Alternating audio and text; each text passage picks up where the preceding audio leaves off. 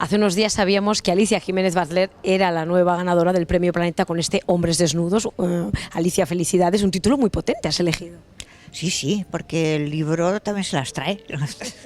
Hombre, de hecho es yo diría casi como una bofetada con la realidad que vivimos hoy en día, con esta crisis económica, con este momento en el que muchos nos estamos poniendo a prueba, ¿no? Sí, eso de reinventarse, que dicen a la gente que se queda en paro o que tiene que variar su vida, pues está muy bien, pero no es tan fácil. Se reinventa el que puede y el que no sobrevive. Y es una historia de sobrevivientes, de 4 personajes que se ven inmersos en una realidad diferente. Es verdad que todos en la vida tenemos momentos en los que hay que hacer quizá algún cambio, un paso adelante, recomponerse, reinventarse, que es una palabra que está muy de moda, como decíamos, ¿no? Pero que muchas veces no es fácil. Naturalmente, aquí nos encontramos con un profesor de literatura que lo echan de donde trabajaba y por circunstancias, porque conoce a un amigo, un tío más de la calle, más bragado, pues acaba haciendo striptease en un club, desnudándose con un grupo de strippers. Nos parece quizá algo muy novelesco, pero lo cierto es que hoy en día estamos viendo muchos casos de personas que, desgraciadamente por la situación económica, se están viendo obligados a aceptar trabajos y condiciones laborales muy extremas. Claro, esto de los strippers pues queda un poco más vistoso, pero ¿cuántos jóvenes, sobre todo gente pues de tu generación, que después de una preparación de todo tipo, para profesional, universitaria, acaban haciendo trabajos de supervivencia o largándose del país, que eso es mucho más sangrante aún? Sabemos que el libro lo has escrito teniendo muy en cuenta que estos personajes, estos 4 grandes personajes, son polos muy diferentes y por lo tanto su manera de explicarse, de expresarse, son también literaturas diferentes a las que tú te has sometido a ti mismo. Sí, hay 2 señoras pijas, una más joven, empresaria, la otra mayor, un poco mayor, de 50 y tantos, casi 60. Hay un chico de la calle que habla exactamente como el lumpen, con tacos de mala manera, descarnadamente, y hay un profesor de literatura que es muy culto, pero esa cultura que ha adquirido a la hora de sobrevivir no le sirve para nada. Y a veces es un poco la voz de la decepción, Javier. ¿Por qué has elegido esta historia y contada de esta manera? Bueno, contada de esa manera porque quieres escribir la historia y buscas cómo tiene que llegar al lector. He evitado que haya un narrador que se vea. El lector se enfrenta directamente con los personajes, no solo con lo que hacen, sino con lo que piensan y con lo que piensan de lo que el otro está diciendo. Al final se supone que es el lector el quien juzga lo que pasa ahí. Yo intento meterme muy poco en la historia y me parecía que además hacía falta una historia actual, no novela histórica o novela escapista, no, que se viera la realidad actual. Me llamaba la atención ese tema. Bueno, en esa realidad has escogido 2 mujeres que se lían la manta a la cabeza, que se ponen el mundo por montera y que entran en un mundo, el de la prostitución masculina, al que no estamos demasiado acostumbrados que nos hablen en las novelas. Quizá a lo mejor al contrario sí. Sí, la prostitución femenina ha sido ampliamente tratada, pero es que ahora resulta que la prostitución masculina o los chicos de alterne existen y son más corrientes de lo que pensamos. Hay una generación de mujeres sobre los 40 años que ya tiene el poder económico, que muchas veces tienen historias de divorcios y sentimientos que no han funcionado bien y que además para ellas lo primero es su trabajo.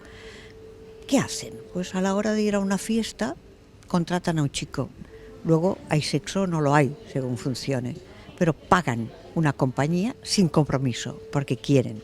Eso llama la atención, aún choca, pero está pasando cada vez más. Es cierto, estamos acostumbrados a que las protagonistas de las novelas sean siempre mujeres que sufren por amor, que están enamoradas, que se entregan a una historia que no les hace felices, ¿no? No estamos acostumbrados a ver a estas mujeres quizá un poco más frías, más calculadoras, que pagan por dinero y que no se sienten culpables. No, en absoluto. Al contrario, lo exhiben un poco. Es decir, fíjate lo bien que estoy y lo equilibrada que soy, que me puedo permitir, como se permitía a un hombre, el acudir a una fiesta con un chico de 1,80 y negro, bien vestido, y que habla perfectamente de cosas neutras. Eso sí, no habla de política ni de religión. Para no llegar a tocar temas, Enfrentamientos. enfrentamientos y a temas más profundos, ¿no? ¿Te lo has pasado bien escribiendo esta historia? ¿Te has encontrado tú en algún momento, además, en aquella tesitura de decir que no tiro para adelante o no tiro para adelante, no lo supero?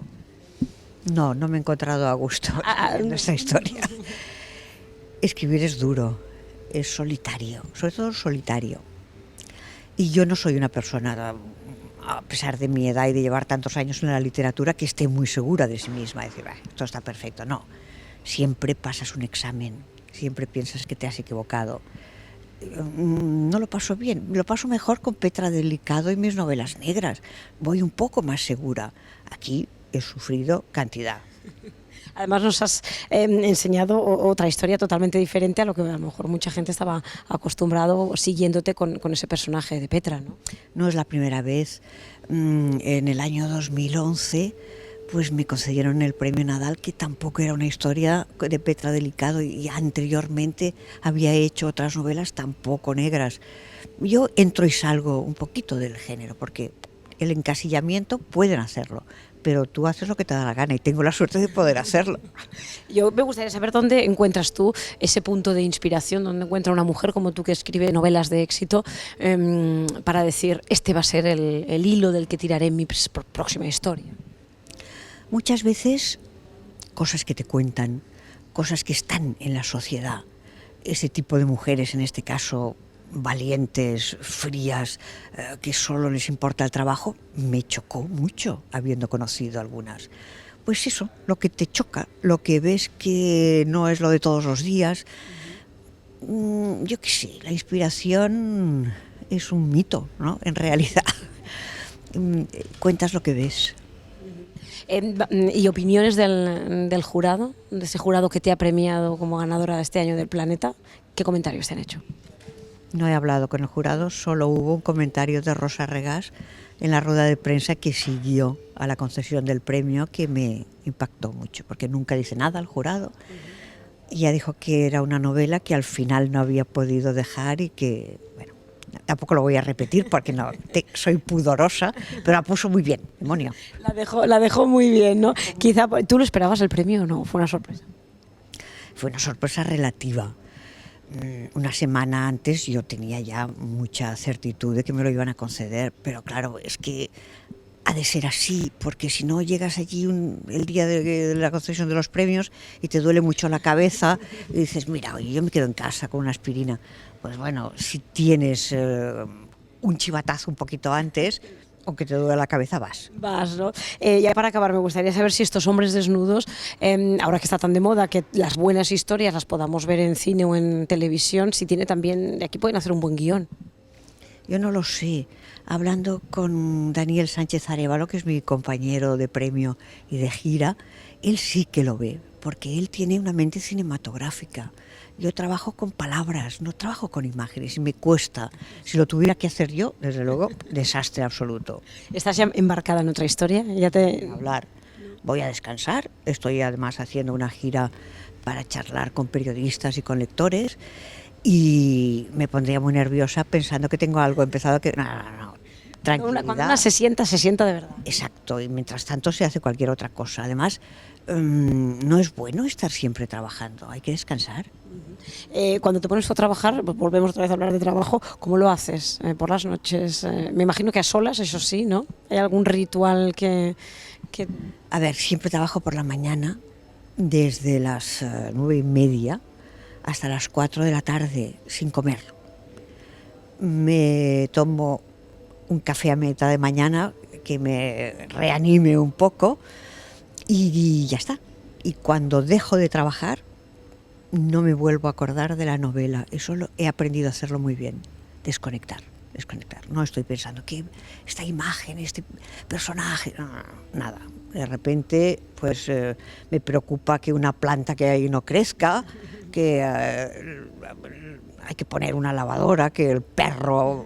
Hay que sacarlo. Yo qué sé, 1000 cosas, pero no pienso en el trabajo. Bueno, pues Alicia, intentaba yo entender, conseguir la fórmula para poder escribir un buen libro y me doy cuenta que eso de las noches de luna llena con el ordenador y de la inspiración, la mitología.